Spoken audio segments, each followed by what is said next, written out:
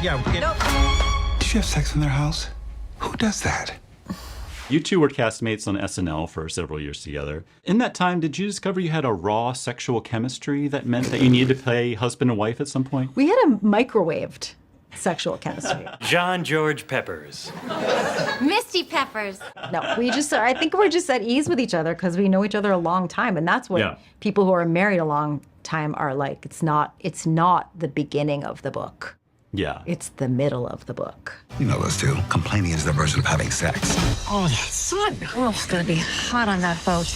I spent just as much time at SNL with her husband, who was the musical director. Yeah, yeah, and my husband Jeff directed one of the episodes. So it is always interesting doing a romantic scene in front of somebody's spouse. Yeah, while they're like being directed, but Yeah. He's directing you how to do it. Yeah.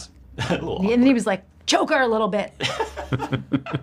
You're like, no, it's not scripted that way. I think number one, because they're so comfortable with each other, you know, like I think they both really trust each other. And they have very different energies too, which I feel like is true in real life couples. Often there's a Kate and a Jack. Jack is such a little sweetheart, but he's also needy, and he can be a hypochondriac, and he can be a baby and whatever. And Kate is not that, you know. She can take care of herself, and she takes care of everybody else around her, and she's a little sharper than he is. And I think that kind of difference between them felt like a fun dynamic and a real marriage to us. I guess I'm used to seeing Will being a little more outrageous all the time. Exactly. And I kind of waited for him to be outrageous, and he never was. No, we wanted We have like a couple like little moments, like in Summer he has like a pretty like standard Will Forte moment. Yeah. But like he's like a true weirdo, but like he also is like incredibly handsome. And he's a good actor. He's a good actor. I mean, he was so, you know, he was in Nebraska and was amazing. And we were like, he can do this. He can do the heavy lifting of this. And I think